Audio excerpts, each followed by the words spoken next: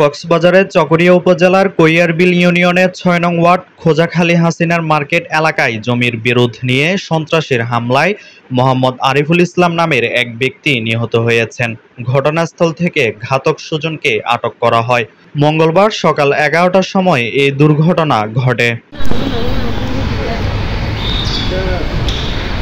প্রত্যক্ষদর্শীরা জানান, সকালে মোহাম্মদ আরিফুল ইসলাম বাজার শেষে বাড়িতে যাওয়ার সময় ঘাতকের বাড়ির বরাবর আসলে ঘাতক সুমন আরিফকে ছুরিকাঘাত করে। এছাড়া নিহত আরিফের সাথে থাকা মোহাম্মদ খায়রুলকেও ছুরিকাঘাত করে।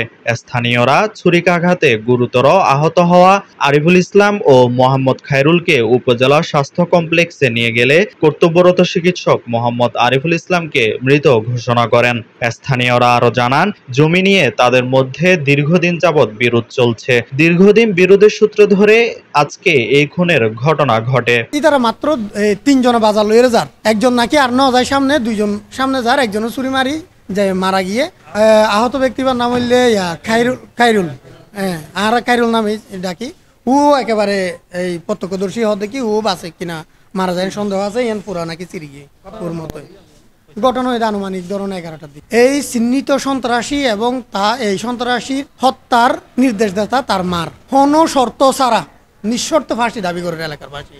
মা আটক হইয়ে, তার বোন আটক হইয়ে, তার পরিবারের অন্য যারা ওই পরিবারত 6 জন, যেহেতু ওই বাচ্চার মা আছে হোক ই তারা কোনো জড়িত সম্ভবত নয়, যার কারণে আড়াই তার বিরুদ্ধে এখনো পর্যন্ত অভিযোগ ইয়ানো করি, তদন্ত করি। যদি তারা সংশ্লিষ্ট পাওয়া যায় আর তো মিথ্যা হনগিয়ার ব্যাপারে অভিযোগ লোয়ানো করে যে তার ওয়াইফ বলি যে তার এই ফাঁসির দাবি জমিয়ার নয়, তদন্তের মধ্যে যদি তারাও যুক্ত থাকে, সম্পৃক্ত থাকে, তারারও শাস্তি দাবি করছে। নিহত মোহাম্মদ আরিফুল ইসলাম চকরিয়া উপজেলার কৈয়ারবিল ইউনিয়নের ৬ নং ওয়ার্ড খোজাখালী হাসিমার মার্কেট এলাকায় মৃত আলতাফ হোসেনের ছেলে। ঘাতক সুজন একই এলাকার রাজু বৈদ্যর ছেলে বলে জানা গেছে।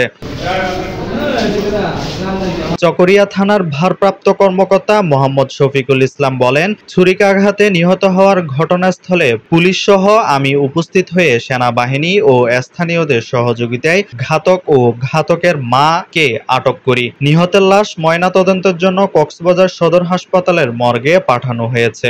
ঘাতকদের বিরুদ্ধে আইনানুগ ব্যবস্থা নেওয়া হবে। Desk report, Chattogram news.